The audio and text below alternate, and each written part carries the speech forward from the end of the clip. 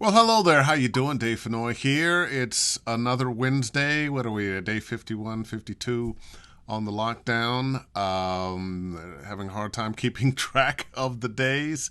I know the weeks now because every Wednesday I do this. Hope everybody's there doing well. Hey, Galena, you're the first one up today. Good to see you. And what do you have to say? Hiya, Dave. Well, hiya right back at you. Um, I I did a whole thing on it last week about the webinar that I'll be having 3 days tomorrow, Friday and Saturday, 7 till 10 on Thursday and Friday, 7 till 10 p.m., and then Saturday morning, 10 till 1, voice acting for video games. And I always try to allow people who may not be able to pay for the whole thing or can't have but so many people. Let them be flies on the wall. They get to see and hear it all. And I have sold out of full participants. We are full up. But there are rooms for flies on the wall if you're somebody that would like to get the benefit of sitting in on a class. You won't be able to participate.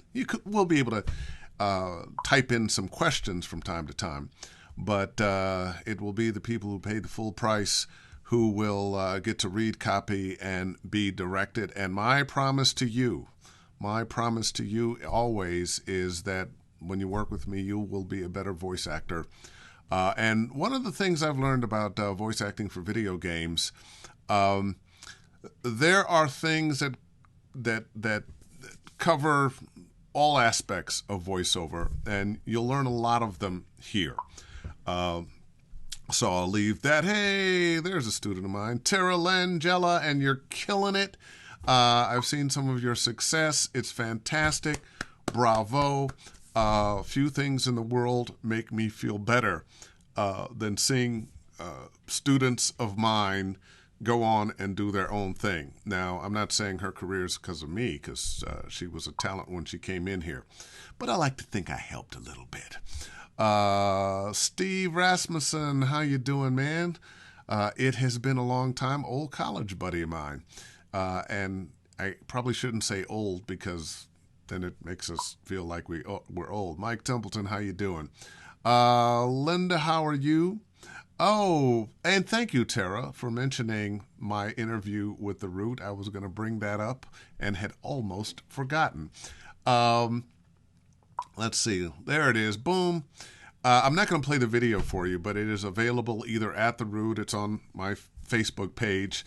I did the interview a couple of weeks ago, and basically, the gentleman who interviewed me Skyped me, had the camera on, and we just talked. He asked me questions, we talked, and he took what was some probably okay video and really made a great video interview out of it. Often you are interviewed and you come away scratching your head wondering, well, wait a minute, that's not what I said. But this was a really good interview, and thank you. And it's nice to be recognized by The Root. So thank you, The Root. All right. Do we have any questions here? All right. Just did a live puppet show today with local kids. It was exhilarating. Yeah, sometimes working for kids is just so much fun. Um, and that's one thing I've never done is puppets. Interesting. Veronica Dillard, how you doing? Well, who's got questions? There's been a lot of talk about equipment. I had a real good friend of mine that I've known for years. Um, she's an actress. She's a director. She's a voiceover actor, and but she's never had a home studio. And she made a slight mistake. Fortunately, it didn't turn out badly. Be careful who you ask information of about voiceover studios. She had a friend who was a music director, and he suggested some equipment that wasn't bad. It just wasn't really the best fit for voiceover. And right now, more than ever, you really need to be careful, especially about the microphone you buy. These days, with the quarantine, studios, employers want to know what equipment you have. Doesn't mean necessarily that they know equipment, but they're going to they're going to respond positively to the right names. Whether that's good or bad, I'm not saying. There are plenty of great microphones that are not that well known, but the what they want to hear are Sennheiser, Neumann, AKG. There might be a few other brands, maybe Manley, if you've got a Manley reference mic. Those are very expensive and very good mics. But when you talk about some of the cheaper mics, some of the mics that don't have the legendary pedigree, right or wrong, some of them are going to think your studio isn't up to par. So if you're one of those people who's about to buy some equipment, make sure you're buying equipment that has a little name recognition. All right, let's see. Andre, what are you saying? Hey, Dave, got a webinar tonight. They say that we need an agent to work in the States. Is that real? It'll make it a lot easier, Andre. We live in a world now that, thanks to the internet, is accessible to anybody from anywhere. But for the very best jobs in the United States, it helps to have representation. So I wouldn't say it would be impossible for you to work in the United States without an agent, but I think you'll do much, much better and have more opportunities. And by opportunities, I mean auditions, if you have an agent. So, and once again, because of the internet, we're not so far away from one another as we used to be. And once again, because the internet and the coronavirus, more and more employers are going to be willing to work out of your home studio. Did a job today with a gaming company I've worked for many, many times. Never, ever from my home studio, but they were happy to work from my home studio today. So I think people who may not have been inclined to will be inclined to now and after this is over, which makes me wonder about what's that going to be like for the pro studios. Well, time will tell. Luc de Villard, bonjour, ça va? Got my hands on the Aston Spirit microphone, not that expensive, and the sound is just, 98% of what they need. The 2% wants the Neumann Touch. Yeah. I have heard good things about the Aston Spirit, but once again, and I'm not saying this to make you feel bad, nobody's asking for an Aston Spirit. They are asking for Neumanns. And if you've got a good mic, great. If you can avoid that conversation, great.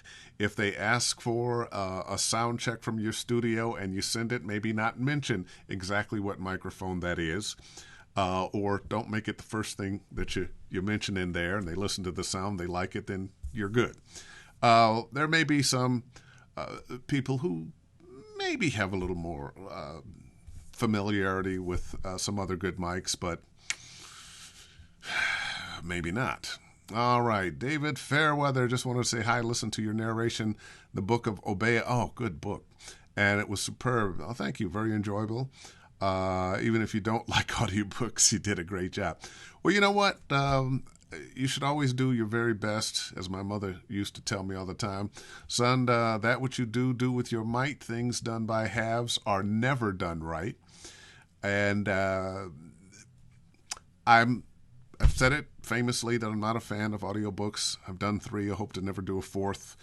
It's actually just kind of a funny quote now because I've done a few more since then, and even for no money. But that was a good book, Book of Obeah. So while we're locked down here. Of course, you can watch television now. You're not in your car going places. But the Book of Obeah, it's a good one. Let's see. John Moody, would you be speaking of Audio Technica mics? Does their name not ring out in these here streets? Audio Technica makes really good microphones. They are not as well known as Neumann, Sennheiser, AKG. They're the upper end of the blue microphones have been around for a while. But Audio Technica makes good mic. They are one of the early, less expensive mics to come on the market. They've probably been around or had more notoriety for a longer time than, say, the Rode mics, the MXLs, and a few others. Okay. Oh, that's the same one. That was you. Let me flip down here. Thomas, how are you? Is there an industry standard to expect for number rounds of auditions before the part is chosen? No. Well, if there is an industry standard, it's one. More often than not, you do the audition, it's sent in, whoever's doing the casting, and it's usually not a whoever, it's several people who are doing the casting. They make their decision based on that. That said, I have auditioned for things that there were callbacks. Sometimes there's only one. I've auditioned for some things. What's the name? A game I was in, Mafia 3. The auditions happened for a year. I did about 3 callbacks before they hired me, not for the part I was auditioning for. Go figure. And I mentioned that they hired me not for the part I auditioned for, because what you really, really, really need to do is do your very best on every audition. And never mind that they hired me for another part. They liked the audition well enough. It demonstrated an acting ability well enough that they found a part for me, even though somebody else got the part that I was auditioning for. So I'll take it. Let's see. Oh, well, that was the same question.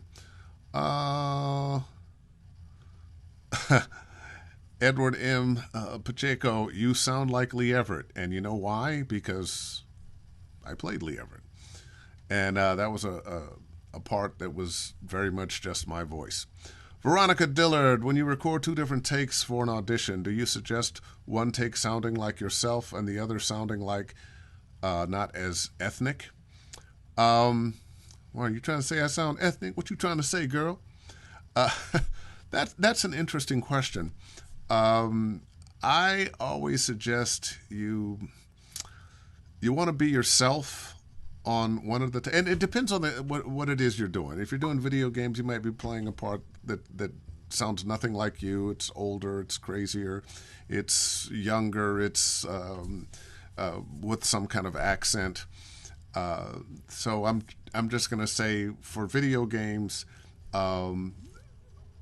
give a read that encaptures the character as you see it. Now, if you're talking about narration, commercials, I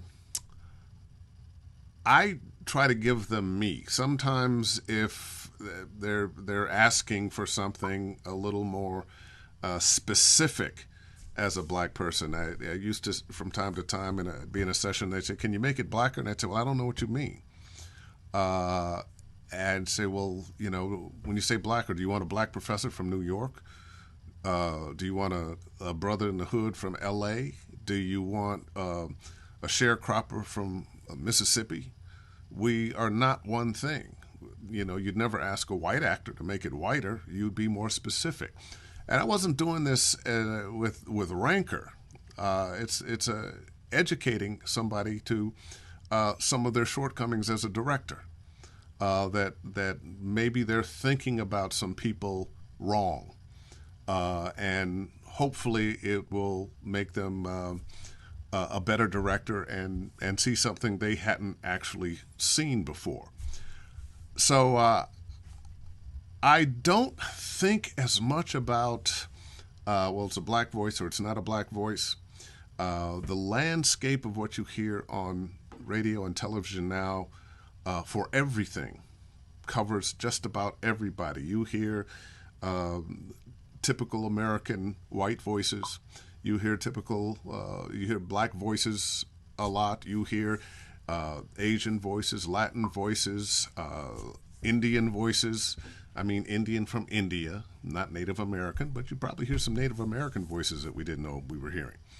The market is much more open now to any kind of voice.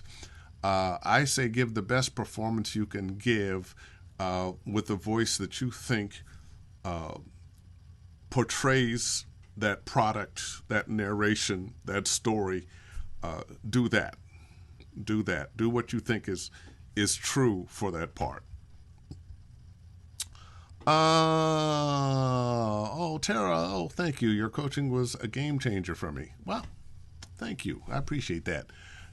Help me get beyond the words, which is one of the things I always want to do is help you get beyond the words. The words are only the beginning. They are only important in that they give detail to what your character is thinking and feeling. All right, let's see. Uh-oh. We got a conversation going on here, Veronica. I asked because I did a great audition for Duluth Wayforgers, and they asked for more powerful, poetic, but they chose someone way less poetic sounding. You know what? Welcome to the club. You can't always know why you weren't chosen, but think of it this way. Well, you weren't rejected. They just chose somebody else. I can't tell you how many times I have auditioned for something and the parameters, what they were asking for, very, very specific. And then you hear the commercial and it's diametrically opposed to what they were asking for. Go figure. There's no rhyme or reason to it. Your job is to do the best audition you can do. The most authentic thing you can do. Because you'll go crazy and book very little if you're constantly chasing, well, what do they want? What do they want? What do they want?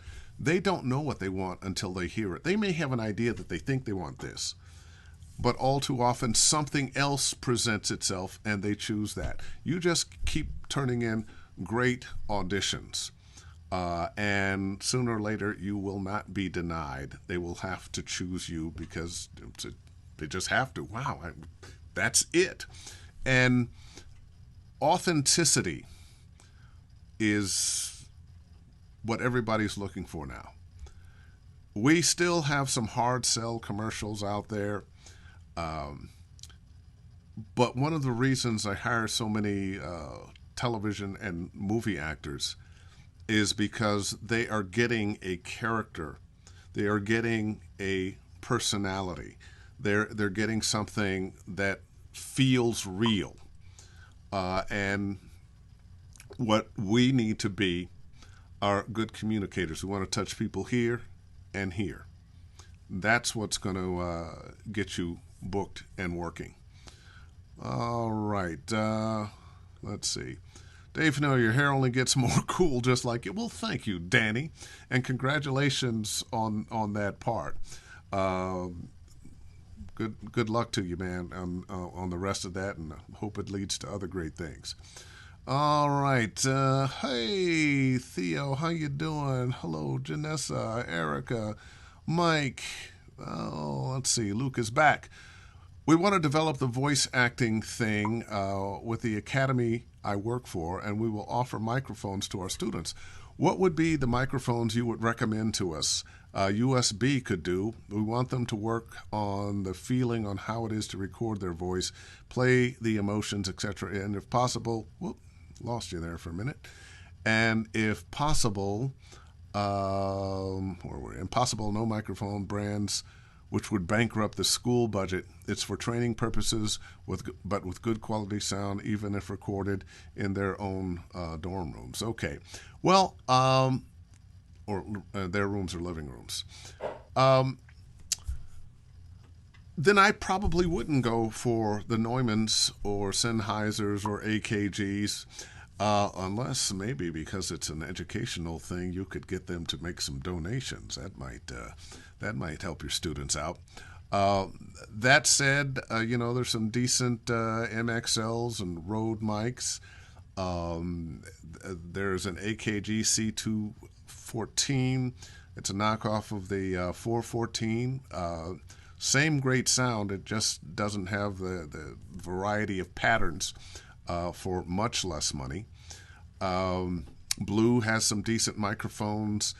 You don't want the Yeti or the Snowball, but once you start getting above that, they have some decent mics. Um, and once again, because it's an educational thing, you might want to talk to some uh, mic brands about maybe subsidizing you or donating some microphones. And I'll also mention that the Apogee iPad mic, also a good mic. And it's probably, an okay idea for learning purposes for them to have USB mics. Saves on getting some other equipment because they can go right into the computer. Good question. That's an interesting one. Larry Davis, what's going on, man? How you doing? Good to see you. Oh, TJ Storm, one of the best in the business with mocap. Just, good actor. Thomas, there is always teaching for auditioning, but you are the only one that teaches what it is done while on the job. Thank you. Oh, you're welcome. Um, I like to include that.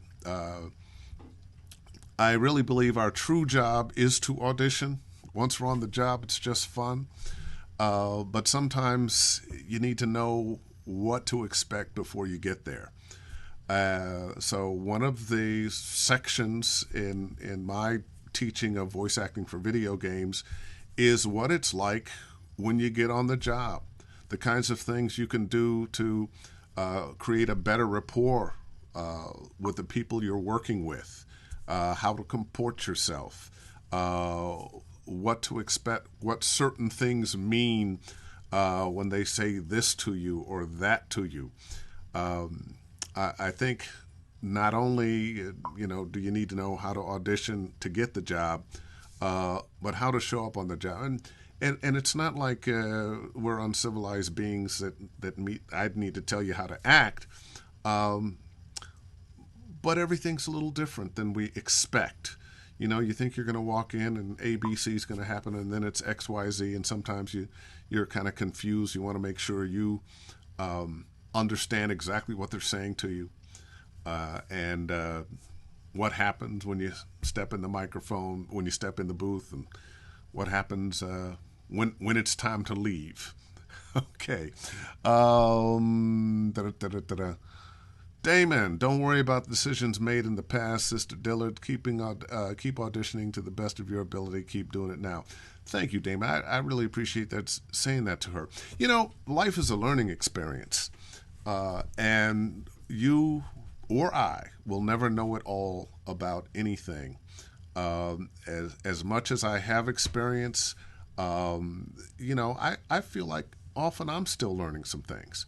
So just keep showing up, doing your very best work, and treating people like you want to be treated, and things will work out. Michael Glover, the raspberry. There it is. This was a gift from Blue Microphones. I have tested some of their microphones for a couple of years, and they make some decent ones. Especially you get over the $300 range, and you start getting into some decent mics with Blue Microphones. All right, Veronica, you're back. Also, a tip for everyone: check your spam email. I missed an audition that specified African American female. I could have kicked myself. Wow. Isn't that true? And let me make a suggestion too. You're probably already doing this. If you have an agent or agents, make a special folder so those auditions go directly into that folder, so you don't have to, go through. Oh, so do I have any auditions? Do I have any auditions? And clients who you work with from time to time, make that special folder. You don't want to miss that. So you can just look on the, oh yeah, so and so. I got a so and so sent me an email. We get lots of junk email. We sent it to spam. And that happens, and I would actually even say I check my email several times a day, because especially now, I don't know why it is now, they know we're all home. I get auditions like, oh, can we get this back in the next hour? So don't get too far away from your studio, which you really can't anyway because we're all on lockdown. But check your mail and check that spam even a couple times a day, because you just don't know. Thanks for mentioning that, Veronica, because I think that's something a lot of people, the mistake we make. And sometimes I find email, not auditions that much, but email from people, friends that for some reason aren't in my address book, that, oh, wow, well, that was 2 months ago. Megan Sullivan, hello, Dave Fennoy. How do you shake off criticism from a teacher or a mentor who tells you you're going to fail in the VO industry? I had this happen a few years ago, and it still haunts me. I know some famous actors had this happen to them, but how do you get past it? You get past it by knowing they're wrong. It's just their opinion, and you can listen to stuff that was popular, say 20 years ago. Wow, that's what a professional sounds like. And listen to what a professional sounds like now. It's very different. And who knew that sometimes you might have called it the nothing read, the just, hey, I'm just talking to you, I'm just a guy talking to you, that would become what is hired. But it is now. That guy next door, that guy or girl next door. My kind of voice is not what is in vogue. The voices that are in vogue are higher and much more just regular person. So when I was going into radio, I had a program director who told me, you'll never succeed in this business. There's something wrong with your voice. And this is when I was first getting started. I could have let that define me. I didn't. I ended up being the morning jock on the #1 music station in town. When I was trying to get into voiceover, I had a guy from Gray Advertising. I was doing the informational interviews. Let me get some people and find out what is needed. And he basically said, oh, you don't need to come. I don't need to talk to you. We got all the people in voiceover we need.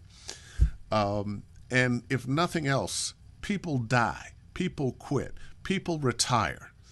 There's always room. There's always somebody else coming up. All you have to do is get good and keep punching. Sooner or later, you're going to knock down those doors and you'll be in there. I had you in a class, Megan. He was wrong. He was wrong. Victor Singleton, what's going on, man? From Chicago, Chi-Town, Windy City, where the brothers know how to dress. All right. Hey, Andrew, how you doing? Oh, hey, Damon. Good to see you again. Would recommend checking out the Voice One virtual conference this weekend. Would you recommend? Yeah, you know what? I would recommend checking that out. And I might check it out myself, but I'll be busy teaching one of my own. Where are we? Oh, okay. And you're getting some high signs about the Voice One conference from some people. Greg Russell, what's up, man? Thomas Machen says, great conference, great question. Okay. I'm a fan of Malcolm X, who in his elementary school days had a teacher who said he was best suited to be a farmer or a janitor.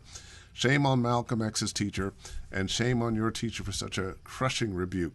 Get past it by working harder and proving them wrong. Sometimes that's the inspiration you need. I know for me, with the program director that told me I would never make it, it just fueled me to press on. And years and years and years later, I reached out to him on Facebook to kind of let him know, oh, by the way, you knew I did such and such. You know I'm doing such and such. And he was, yeah, I hope you won't, hold me to that. I don't know. There's some other things going on, blah, blah, blah.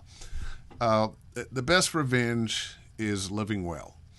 Let's see. Have you ever used a Centrance Microphone Pro 2 for your mobile VO setup? What are your thoughts on? I have no idea what a Centrance Mic Port Pro 2 is. Victor, hit me to what you're talking about, brother, because I have no idea what that is. Let's see. Let's see what Erica has to say. Hi, Dave. I was classically trained as a singer and came from a family of grammar nerds, so I tend to enunciate even in my conversational reads. Sometimes I get feedback it doesn't sound natural, even though it is natural for me. It's great for corporate stuff, but any tips to loosen up while staying true to yourself? Wow, that's a good question. That is one of the biggest problems people have in voiceover is over-enunciating. And I have a feeling even though you say you are a crisp enunciator regularly, I have a feeling that when you're reading, you enunciate even more. Part of it is just the reading. One, I'm going to say, read the phrases, don't read the words. Tell yourself not to enunciate. Listen back and make sure that you're not over-enunciating. So many people, and I find this with us as black folks, we've been told so often, that you don't speak well, you're speaking Ebonics or whatever. And, we hear those things about well-educated black, oh, he speaks so well, and white folks that are listening, don't do that. Just don't. So sometimes we have an expectation that people don't expect us to speak well, so we want to prove that we can, so we enunciate even more. It's a mistake, it's a mistake, it's a mistake. Just practice softening your enunciation. Just soften it up. You probably grew up a bit like I did. My mother was a school teacher, and she made sure that I was going to speak the King's English or the President's English, but not this president. That I was going to speak well. That people would be able to understand me. That I was familiar with literature and everything the general market of America would be familiar with, as well as people in my neighborhood. And sometimes we're just trying a little too hard, but it's not just us. Most of my students are trying a little too hard to enunciate the words and not hard enough to be a particular character with a particular worldview, with a particular way of thinking, a particular feel. So just keep working on it. All right. Al Winters. Oh, damn, Al. Look at that beard, man. Whew. Dave, I was told that 42 years ago, I ended up hiring him for part work time before he passed away. Wait a minute, I missed something there. What did I miss? Are we talking about... I was told that 42 years ago. Is this somebody that told you that you couldn't make it in this? Give me more detail, because we've gone through a number of things, and I'm not sure exactly what you're talking about, but I want to know.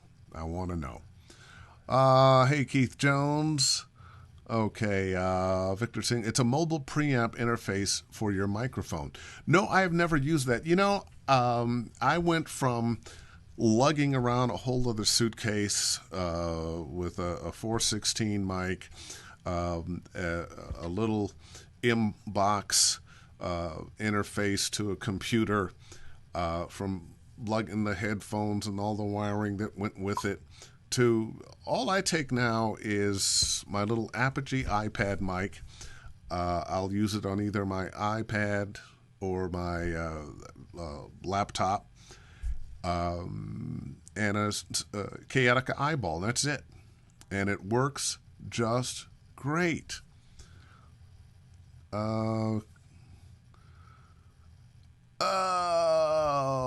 Okay, here we go. Don't ever let anyone tell you that you can't do something. That just fuels the fire and motivates you to succeed. As a former network voice for PAX TV and some work with NBC Universal, I've been blessed to have the opportunity to execute what I've learned over the years. Okay, there you go. There you go. And wow, you got a great beard. Man, that beard is smoking, Al. Okay, Erica. How does the Chaotica eyeball work for your mobile setup? I had an engineer tell me during a Source Connect session that it was cutting off my low end, so I stopped using it. Not sure that that's what was cutting off your low end. It very well might have been. I've never had that problem, but I'm always cutting off my low end anyway because, most of us guys, we roll off the bass anyway. So that's not a problem for me. I found when I first started using it, I was trying to get too close. And I discovered that if you... I'll tell you one way you might want to handle that in an EQ, just up a little of the bass or the lower end of your voice. And that might account for that if, in fact, it is the Chaotica eyeball that's causing that problem. Now, my question, too, would be, do you use the Chaotica eyeball all the time in your studio, or were you traveling and using the Chaotica eyeball? Because much as I love the Chaotica eyeball when I travel, I don't use it at home. And unless you just have to, and that's the only way you're going to eliminate the sound bounce, I don't recommend it for everyday use. One, you've got a thing this big in front of you, and the words you have to see. So now you're stretching yourself a little bit to see what you're doing. So it's a second best alternative that works well on the road. I wouldn't want to have to use it every day in my studio. Speaking of which, that reminds me of something that I see all the time. I have a student, we're working via Skype, and they're reading copy off their phone. And it drives me nuts because what happens is their performances suffer because they're spending too much time trying to see that tiny little type. And you want to make your scripts big enough, not too big because it can get too big and now you have to move your eyes too much. But you want to make your script big enough that you don't have any issues trying to see what the words are, what the phrases are. Otherwise, you're squinting here, and now just the body language of squinting here and trying to see the words is going to take you a little bit out of that read you're trying to create. So make sure you can see. Okay, and no, I was trying it for the first time at home. I was going to sell it, but considered keeping it for my mobile setup once I saw you were using. Yeah, I would keep it. But yeah, I don't suggest it as an everyday thing. All right, Theo, what's going on? My EQ settings. What EQ settings do you use after recording, or what would you recommend for people with deep voices like you? I leave the EQ alone. I have the microphones that I use are very flat. They tend not to color the sound too much. They're not pumping the upper or mid. They're very flat. They all have a little different color, of course, but so I don't use EQ very much. What I'm more likely to use is a little bit of compression, and I roll off the bass beforehand. So Theo, that's what I would recommend is make sure you're rolling off the bass beforehand and then leave it alone. You want to have the ability to do various things, but more often than not, the less you do in terms of equalization, in terms of compression, the better. Maybe you want a little bit of compression just to fatten up your voice a little bit, or make it cut through whatever the music bed is, or maybe if you're doing video games or something with a lot of dynamic range, kind of bring the lower sound up and the higher sound down. I mean, volume wise, not EQ wise, pitch wise. But other than that, don't do too much to it. You're going to find that just the cleanest signal you can get is the best signal you can get. All right, Mike Wong. This is free stream, so many knowledge bombs. Thanks for doing this. And you know what, Mike? We do it every Wednesday. So there you go. Thank you. Delano D. Owens, your first gaming job. How did you come about it? And what have you learned since? Oh, geez. I've learned an eternity of stuff since. My first game job was actually a telephone game back in the 976 era. Dang it, kiddo. And it was I played RoboCop in the RoboCop game, and it was great. After that, I'm not sure which was the first, but I think it may have been one of the Lucasfilm games. I know some of the early games. It was a pod racer game. I played Lando Calrissian in something. There was also some Spider-Man games and a few other things, but I don't remember which the first game was, because I wasn't thinking of video games as this other entity. For me, video games at the time were just another form of animation. I had been in Pro Stars. I played Dick Scott, the manager of New Kids on the Block. I did some Rugrat and a few other cartoons. But video games at the time, voices on video games were fairly new, and I didn't think much about it. I didn't really think about how many games I had been in, and that I was a voice in some of the biggest games in the world until about 2011, when somebody sent me a demo that they had put together, a video demo they had put together of stuff I'd done. They were a fan, also a voiceover actor, and I went, "Wow, gosh, I guess I've done some video games here, huh? Who knew?" And he said, "You're in some of the biggest games in the world." I went, "No, I didn't know." Silly me. Anyway, let's see. Megan Sullivan. Thank you, Damon. Also someone said that Malcolm X. Boy, were they off the mark. There you go. Alex, I wondered what happened to you. Glad you could make it. Thank you. Glad you could make it. And are we out of questions now? I think we are. Did I miss anybody? If you want to pop in there with something, pop in there right now. I'll look back there and see. I think we covered most of the things from before.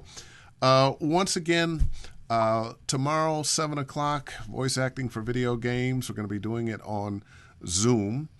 I've sold out all the full participant spots, but if you're interested in being a fly on the wall, go to my website, Dave Fennoy. Wait a minute, I've got those cool things here. You can go there and hit the there, and amazing, huh? Wait a minute, I gotta go that way. Amazing. Yeah. Click on Study VO and you can sign up and be a fly on the wall. In the meantime and in between time, take care of yourself. Don't be too hard on yourself. When you just have that feeling, you want to go out and hug somebody, because we all do. Call them on the phone, do a FaceTime, call your mama. uh, let's take care of each other. Oh, is that Michael Glover? It is. Do you ever take work outside of your agency? Well, I have several agencies, and from time to time, I will get a call from somebody, that just wants to hire me, and we work it out. So yeah. One more from, I'll ask a question. Do you prefer simple VO setup, or do you prefer to have lots of options for equipment? I'm not sure. Well, I do have lots of options. I've got a bunch of microphones, although usually I'm just using either the 416 or the TLM 103. I have several preamps, both physical and plug-ins, but I only use them one at a time, and currently the physical ones aren't getting much use at all. And sometimes even though I have them, I'm bypassing them if I just need a nice, clean, pure sound. And that's usually when I'm doing something that the dynamics aren't very wide. So I have a lot of equipment. I'm not always engaging all that equipment. I think if you have a nice, clean, pure sound, that's the best thing you can do. Maybe a little compression. If for some reason you have a voice that needs a little EQ in this place or other, just find your setting. And you're going to be surprised how little you have to adjust the various frequencies to find that. And maybe get somebody to help you with that with an ear. Get a George Whittam or someone like that, that A, knows how to tune equalization, and B, has an ear outside of you. Sometimes we are tired of our voices. Sometimes we actually don't know what our voices sound like, especially when we're beginning, because we've been hearing our head voice for years, and then the first time that we have that voice in speakers, are like, well, that's what I sound like? Oh my God, I thought I sounded better than that, hey, but you sound like you. All right, that does it. I will see you guys once again. Flies on the Wall still available, back next Wednesday. And get your questions ready and book something, okay? See ya.